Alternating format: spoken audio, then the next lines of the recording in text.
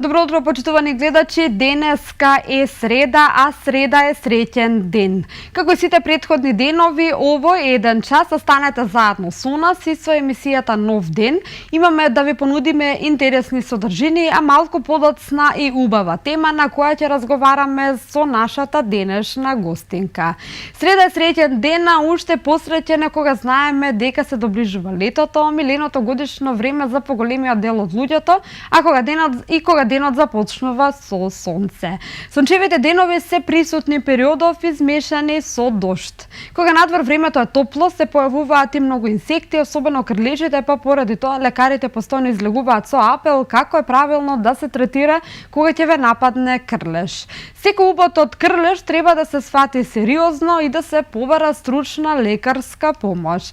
Најкарактеристичен знак кој кажува дека крлежот бил заразен е црвенило без оток, кое се шири симетрично, а се јавува на каснатото место 3 дена до 4 недели по каснувањето. Истовремено се јавува и болест слична на грип, следена со покачена температура, грозница, болка во мускулите и главоболка. Инфекцијата се лекува со антибиотска терапија. Ако не се почне навреме со терапија, инфекцијата ги зафаќа зглобовите, срцето и мозокот со манифестација на различни и сериозни симптоми од страна на зафатените органи. Хроничната инфекција која не се диагностицира и лекува навреме доведува до трајно оштетување на функцијата на зафатените органи. При секое сомнение за каснување од крлеж треба да се испита кон ова бактерија. Најсигурен начин е да се спречи каснувањето. Кој е најсигурниот начин да се спречи каснувањето на крлежот? За таа цел треба да се покрие кожата со заштитна облека, долги панталони, чорапи, блуза со долги ракави и капа во светла боја за да се забележат крлежите и задолжителна употреба на репеленти при секој излегување во природата. По прошетка треба да се провери кожата за евентуално закачен крлеж. Секој најден крлеж не смее самостојно и нестручно да се вади, туку треба да се појде кај хирург во рок од првите 24 часа кои се сметаат како безбедни за пациентот во однос на ова инфекција. Сите домашни миленичиња треба редовно, превентивно да се третираат против крлежи.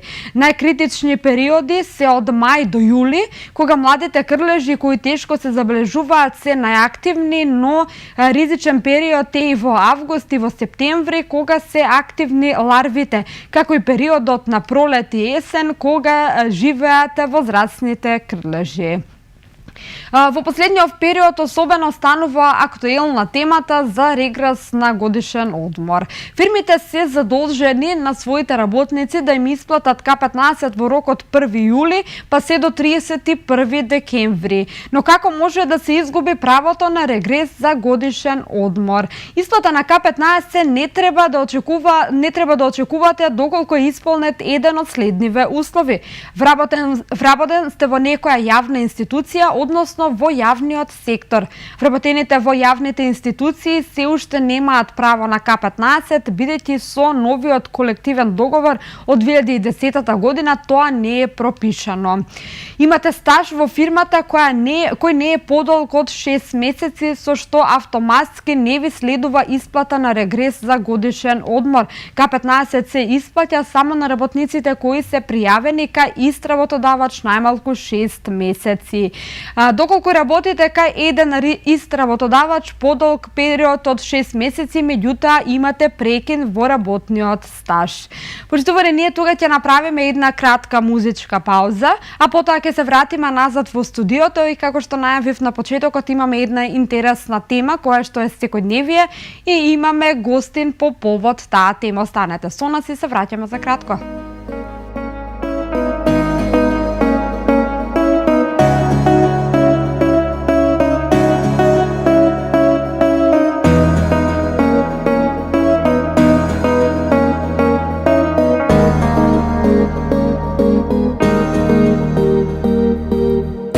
Kilometri brojam daleku od sebe, kilometri odam daleku od tebe, daleku od doma, daleku od sve što imam, od sve što imam.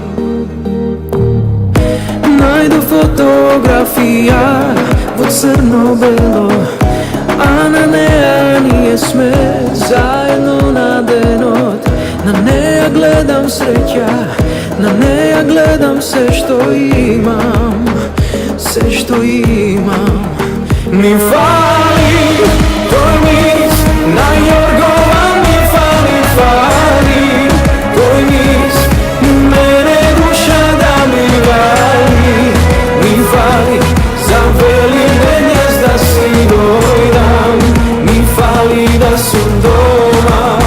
Mi fali tvoj mis, na Jorgova mi fali tvoj mis, mene duša da mi gali.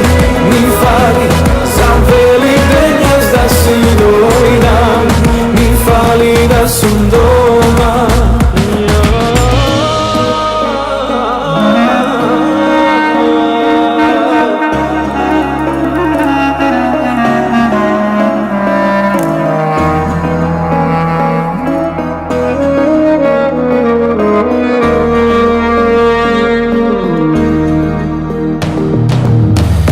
Kilometri brojam daleku od sebe, kilometri odam daleku od tebe, daleku od doma, daleku od sve što imam, od sve što imam. Mi fali tvoj mis, na Jorgova mi fali tvoj mis, mene duša da mi gali. Mi fali za velike gnjezda si dojdam, mi fali da sam doma. Mi fali tvoj mis, na Jorgova mi fali tvoj mis, mene duša da mi gali. Mi fali za velike gnjezda si dojdam, mi fali da sam doma.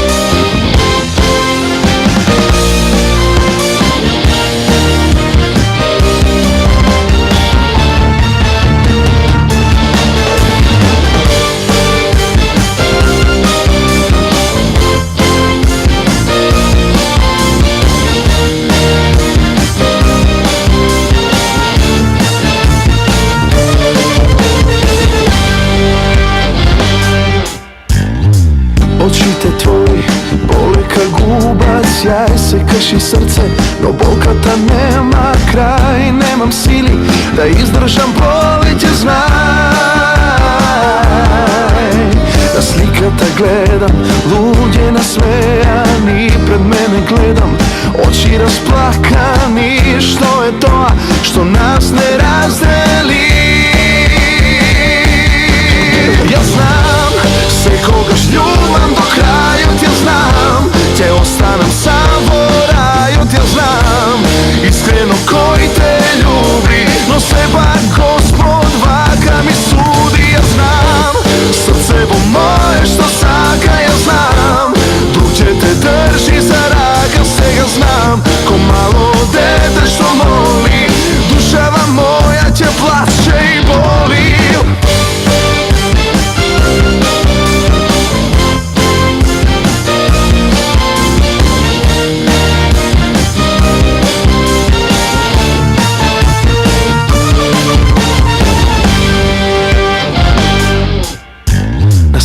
te gledam, luđe nasmejani, pred mene gledam, oči rasplakani. Što je to, što nas ne razdeli? Ja znam, se kogaš ljubam do krajot, ja znam, će ostanem savorajot, ja znam, iskreno koji te ljubi, no se pa Gospod vaka mi sudi. Ja znam, srce po moje što saka, ja znam, drug će te drži za raka se, ja znam, ko malo dete što moli, dušava moja će plače i boli.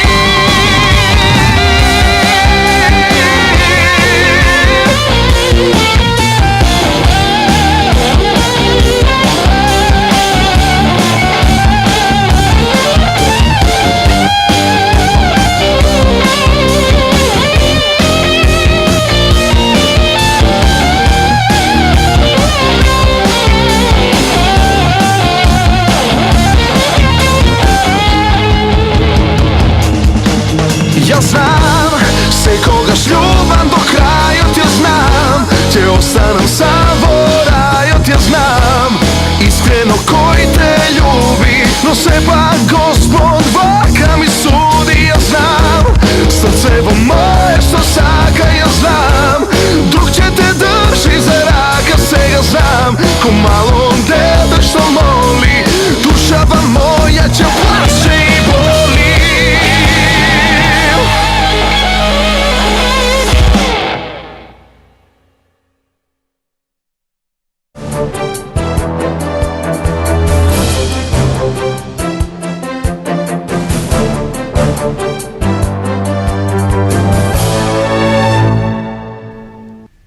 Така, почитувани, ние се вративме назад во нашето студио. Моја денешна тема е прифатеност на лицата со пречки во развојот. И по повод оваа тема, мој денешен гостин е дефектолог Милена Илич-Пешич, дефектолог во Браќа Миладиновци. Добар ден и ви благодарам што ја прифативте нашата покана да бидете гости и да зборуваме нешто повеќе на оваа тема за која што нели е секојдневие се повеќе во нашето општество. Добар ден на сите, први на гледачите. Благодарам многу за поканата и особено ми е драго што ја начнавме оваа тема, затоа што ете, како што знаеме, и деновиве е актуелна, меѓутоа не само деновиве. Таа е нон-стоп актуелна и би требало што повеќе да зборуваме на оваа тема. Така, дали во нашата средина или ево во нашето општество постои нетолеранција кон овие лица? Па знаете како, тажно е да се признае, меѓутоа постои голема нетолерантност, неприфатеност, стигматизација на лицата со попреченост во нашата средина и тоа не можеме да кажеме дека само генерално е во нашата средина. Тоа е секаде така, меѓутоа ние треба нешто да смениме за да не биде така кај нас, нели? Зачудувачки е во 21 век да немаме емпатични чувства и да немаме чувство дека треба да помогнеме на неколку, да го прифатиме и да го сакаме без разлика колку е различен од нас, меѓутоа тоа е нашето секојдневие. Вие како стручно лице, како дефектолог, што сметате, која е причината за таквата појава? Зошто тие лица не се прифатени од општеството? Многу е јасна причината, само треба да ја согледаме правилно. Значи, причината зашто не се прифатени е стравот. Стравот природна појава кај сите во нас и кај секого од нас има страв од нешто непознато. Значи, кога се плашиме од нешто што не го познаваме, ние автоматски ставаме некои бариери и не го прифаќаме истото. Лицата со попреченост не биле третирани секогаш вака, во минатото многу полошо биле, например, скривани од страна на семејствата, не се кажувало за нив, затоа што семејството добивало една етикета дека е обележено семејство, дека не е добро семејство, било срам да имаш такво лице во своето семејство и од таму се носи тој страв дека лицето со попреченост е символ на некоја несреќа, на некоја болест и на нешто што не е добро, што ние сето тоа, да се разбереме, несвесно го правиме и не треба да го правиме, треба да најдеме сили таквата состојба да се смени, затоа што не познавајќи ги лицата, ние се плашиме, правиме бариери и не ги прифаќаме. Така, постои ли ева во нашата околина, во нашиот град, некоја институција која што им нуди помош, подршка на овие лица? Да, со секако дека погрешност? постои. Во минатото, јас пак ќе се навратам, истиве лица биле ставани во институции, сите сме слушнале за Демир Капија, деновиве имаше една ситуација со Тимник, со децата од Демир Капија, што е еден немил настан. Во Куманово, во нашиот град, јас доаѓам од основното училиште Браќа Миладиновци, кое е единствено училиште во градот, кое има 9 паралелки за лицата со посебни образовни потреби.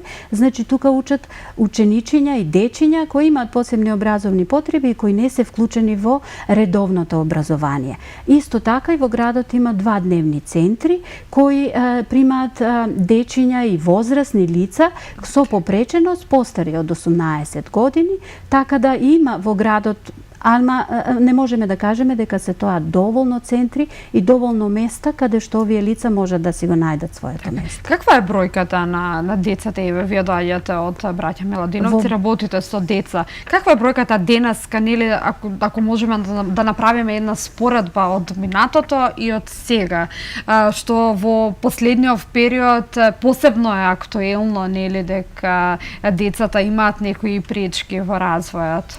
Па знаете како, за жал мораме да признаеме дека е се поголем бројот на дечиња кои имаат некои пречки во развојот. Која е причината за тоа? Веројатно треба да се прават некои поопсежни студии, не само овде, туку во целиот свет, затоа што од ден на ден самите сме сведоци дека во секое семејство има детенце, особено овие помалите што се раѓаат, кои имаат некое развојно пореметување, кое се манифестира веројатно со пореметување во говорот. Тоа прво го забележуваат родителите, меѓутоа подоцна со подоцнежни истражувања, испитувања се пронаоѓа некоја пречка во развој, потоа имаме зголем број на дечиња со аутизам. Денеска можеме тоа да се пофалиме, дека инклузивноста зема замав и дека сите дечиња со пречки во развојот имаат шанса, доколку сакаат, да, тоа е и светски тренд, нели, не само кај нас, да се вклучат во редовното образование. Значи, оние што не можат да си го најдат своето место во редовното образование, можат да дојдат кај нас во посебните паралелки, меѓутоа родителот првенствено заедно со стручните лица кои го гледаат детето треба да донесат одлука, можеби е подобро и во редовно образование да се вклучи детето, каде што ќе му се пружат некои шанси за да се оствари себе си и да си го најде своето место. Така, во последно време, ево, особено се зборува и се пишува на тоа дека за пречки во развојот и за појава на аутизмот се виновни вакцините. Се служувате ли вие со тоа? Кој е вашиот став? Мојот став, контраверзно е тоа прашање и имаме многу различни одговори. Јас ќе би се држала до науката. Значи, науката го вели следното. Вакцините, мада многу се зборува за тоа овие денови и не само овие денови, овие последни години, од причината што аутизмот е во пораст во светски рамки, во Америка е прогласена епидемија. Кај нас немаме, јас поопширно ќе ви објаснам, кај нас немаме регистар во Република Македонија која е бројката на лицата со аутизам, меѓутоа само едно ќе ви кажам, во светски рамки, доколку пред 10 години беше 1 на 10.000 деца, сега постојат некои истражувања 1 на 50 деца дека има некое пореметување од аутистичниот спектар. Тоа е еден поширок спектар со такви симптоми. Значи, многу е порасната бројката. Во Македонија не знаеме точно колку се, него на 2 милиони можеме да претпоставиме. Сега, дали вакцината е причина? Науката го вели следното, дека аутизмот се појавува како комбинација од повеќе фактори, значи влијание од средината, вклучително и генетската компонента. Значи, влијание не само генетската компонента, влијание од надворешните фактори, значи една комбинација од повеќе непожелни работи кои можат да се случат за да се појави аутизам. Додека за вакцината конкретно се вели во таква ситуација, доколку постои едно подложно тло да се развие аутизам као одредено детенце, вакцината може да биде тригер. И тоа е причината зашто луѓето или родителите кај кои се појавило аутизмот кај нивното деце, го поврзуваат со примање на вакцините, меѓутоа не е причината таа, вакцината е тригер, во тој момент вакцината била тригер. Може би да не примеле вакцина, нешто друго, некоја болест, било што, прележан грип или некоја друга инфекција може да биде тригер за да се манифестира и за да излезе на површина кој секако би излегол вака или онака. Од таа причина го поврзуваме. Еве сега кога збориме за вакцините, јас би апелирала дека најдобро е да се вакцинираат децата. Да не слушаме и да не се информираме преку Facebook, преку социјалните мрежи, преку различни портали, да бараме научно објаснување. Затоа што многу е поголема штетата што можеме да си ја направиме доколку не си ги вакцинираме децата и замислете да ни се вратат сите болести што сме ги искорениле со векови. Мислам, навистина сведоци сме пред некое време од мали сипаници дека имаше епидемија, дека многу фатално завршија некои мали дечиња баш од причина што не беа вакцинирани од некој нереален страв и недоволна информираност, јас би рекла. Така, да се вратиме назад на нашата тема, односно и вие сте дефектолог во браќа Миладиновци, повторно на учениците. Како се прифатени лицата со попреченост, односно децата од страна на наставниците, од страна на своите соученици, па дури и од нивните родителите на нивните соученици? Па знаете како, ние сме карактеристично училиште во градот и мислам дека во Републиката заедно со Крсте Мисирков делиме повеќе објекти. И спецификата на нашата работа е конкретно за браќа Миладиновци, настава од 3-то и 4-то одделение изведуваат во старата града на Карпош. Тоа е наша зграда, меѓутоа така ја препознаваат луѓето во народски кажано циганското сокаче, нели? Таму се сместени посебните паралелки. Во еден период од своето образование, значи 3-то и 4-то одделение, сите ученици од браќа Миладиновци мора да поминат во таа зграда, каде што не се во иста училница со дечињата со посебни образовни потреби, туку се во иста зграда, делат заеднички ходници, делат заеднички тоалети, делат заеднички простор пред зградата, игралиштето школско и така натаму. Морам да признам, со годините ние добиваме информации од учителките и од наставничките кои изведуваат таму настава, дека во почетокот кога треба да се почне со настава во таа зграда, дека има реакција првенствено од родителите.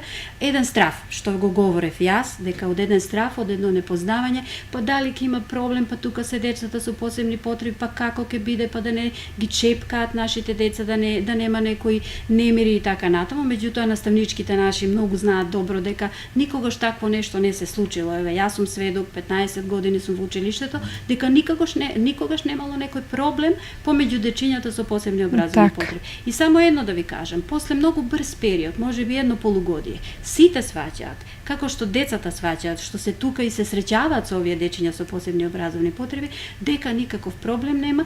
Тоа дечињата со посебни образовни потреби се едни позитивни личности, со една позитивна аура, со една добронамерни, се посебна љубов, смешливи, никогаш не прават проблем и секогаш не се случува. Дали за Нова година, дали за некој празник, паралелките од, условно кажам, редовна популација, им прават подароци, па им спремаат приредби, значи една општа прифатеност каде што сите сваќаат дека најдобро е да му помогнеш на некој доколку си во состојба, а не да се плашиш од нив. Значи тоа многу кратко трае. Меѓутоа има една појава на несигурност во почетокот, додека сите сватат дека навистина нема никаков проблем. Така, ќе направиме една кратка музичка пауза, потоа ќе се вратиме во нашето студио и ќе го продолжиме разговорот на нашата денешна тема.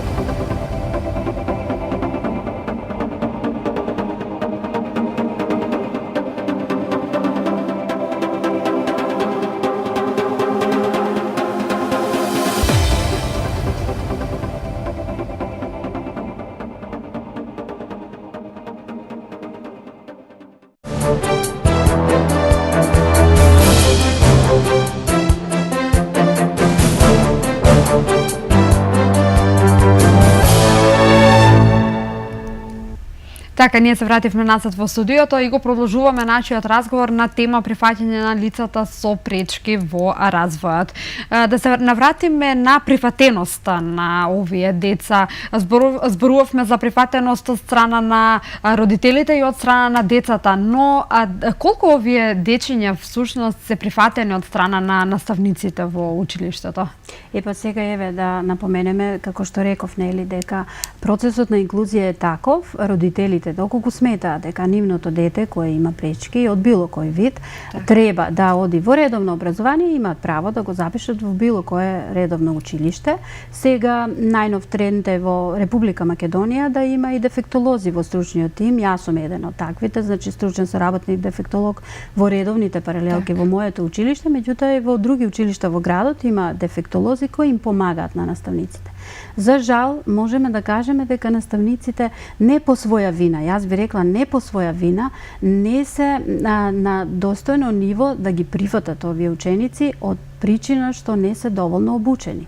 И нормално, кога не се чувствуваат доволно обучени да работат со лицата со пречки во развојот, со дечиња со посебни образовни потреби, нормално е да има некој страв, некоја скриена одбивност, некај сите нормално. Меѓутоа, треба сите да работиме, таа состојба да се смени. Првенствено би требало во нашата република да се формираат некои тимови за обука, да има на ниво на градот барем, да има тимови за обука кои ќе одат по училиштата и ќе ги оспособуваат наставниците да се справат со овие предизвици, затоа што верувајте не е едноставно да имаат во свое оделение, на пример, сега големи се паралелките, имаат оделенија луѓето со 30 ученици и сега 2 ученичиња да имаат со посебни образовни потреби, кои се златни деца, меѓутоа бараат една индивидуална работа, една голема посветеност на нив, а ти во толка голема паралелка, во посебните паралелки, како што знаеме, се помали паралелките и таму исклучиво дефектолози работат. По 5-6 деца имаат, затоа од таа причина, затоа што на овие дечиња им треба индивидуална работа. А вие во една паралелка од 30 ученика или 20, ни тоа не е мала бројка, да имате 1 до 2 дечиња на кои им е потребна индивидуална работа, на вистина наставниците се под еден голем притисок, да не зборуваме и затоа што сега секако наставниците имаат многу големи обврски, електронски дневници, многу административна работа, па тие не можат ни да стигнат да работат со овие дечиња. Така, што покажува праксата до сега, се случило ли некоја непријатна случка од страна на професор, родител, ученик?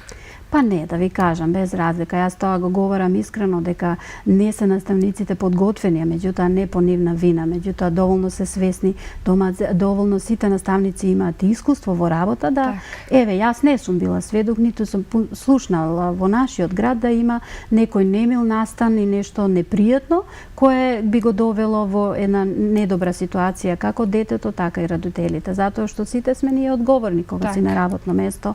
Веројатно, мислам, не се случило, јас не сум запознаена со таква. Кои мерки би требало да се превземат инклузивноста да стане, нели, да се прифати во вистинска смисла на зборот, а не да биде само формално прифаќање на истото?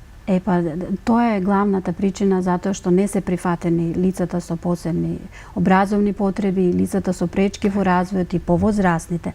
Значи, првин, за да ги прифатиме, ние мора да ги запознаеме. Морат овие лица да излезат во јавноста, да има повеќе дебати, да има повеќе емисии, да се вклучени во секој сегмент од нашиот живот во локалната заедница, да ги гледаме по кафејани, да не е тоа нешто страшно, да не се стигматизирани, да не се обележени како болни, како нешто заразно, како нешто недобро кое ни носи несреќа, нели? Посвесно ако сме блиску до такво нешто и нас ке ни се пренесе. Мислам, не смееме тоа во 21 век да го дозволиме. Мораме она емпатичност и она љубов кон другиот да ја пренесеме во секој сегмент во нашиот живот. Значи да ги отвориме нашите души и срца, како што би рекле, за да можеме да им помогнеме овие лица. А за да им помогнеме, мора првин да ги запознаеме и за да ги разбереме. Тоа е единствената причина. А друга работа, за да се инклузивноста да заживее во вистински смисол. Јас пак ќе се вратам на истото прашање. Мора наставниците и стручните служби и училиштата да ги подготвиме, да ги примат во своите редови дечињата со посебни образовни потреби. Секој наставник е должен, јас сам, можеби јавноста не знае, и луѓето кои имаат дечиња со посебни образовни потреби, доколку нивното дете дојде во редовна паралелка, наставниците се должни да имаат, да изготват една индивидуална образовна програма која е специфична само за нивното дете и која се носи со предизвиците на состојбата во која тоа дете се наоѓа. Значи секој наставник треба да затоа се дефектолозите во редовните училишта им помагаат на наставниците, држат обуки и така натаму, меѓутоа сето тоа не е доволно. Наставниците не се чувствуваат доволно, многу истражувања се правени, не се чувствуваат доволно спремни. Треба тука, потребно е тука да малку се зајакнеме и да им дадеме повеќе поддршка на наставниците, поддршка на родителите секако, затоа што најголем терет и најголема грижа за своите деца носат родителите и на нив треба да им помогнеме, да им објасниме дека тие се наши, дека не треба да постојат пречки за да не се прифатени нивните деца, така да направиме едно општество прифатливо за сите. Така, нели пред да го завршиме нашиот разговор, ајде да апелираме, нели до целото општество, да апелираме до наставниците, до родителите, до децата, нели кои што секојдневно се среќаваат со сигурност некој другарче од оделението или од соседното оделение, да упатиме и да на апел до целото општество и вие како стручно лице, како дефектолог? Секако, јас би кажала на сите нас. Значи, таа промена не може да ја направиме како поединци, меѓутоа сите заедно, доколку се здружиме и првенствено појдеме во една потрага на лицата со попреченост, на нивно прифаќање, на нивно запознавање, затоа што таму каде што е стравот, таму постои неприфаќањето. Не треба да се плашиме од овие лица со посебни образовни потреби, од овие возрастни, од овие дечиња, затоа што секако наша должност е да им се најдеме и да им овозможиме да си ги развијат своите потенцијали. И на тој начин би биле едни добри членови на нашето општество и би имале една локална заедница прифатлива и убава за сите. Така, јас ви благодарам што издвоивте од вашето драгоцено време за да бидете наши гости, што зборувавме за една тема која што е секојдневие и што еве упатуваме, нели, даваме апел на сите луѓе да бидат лицата со попреченост, да имаат да имаме еден друг пристап кон нив. Ви благодарам уште еднаш. Благодарам за поканата и секогаш сум расположена на оваа тема да направиме еден позитивен пристап. Така, се надевам дека ќе соработуваме и во иднина. Почитувани, јас ви посакувам на вас да имате убав ден, убав и исполнет ден, а ние веќе се гледаме од утре, каде што ќе имаме нови теми, интересни за секојдневието и секако нови гости. Имате убав ден.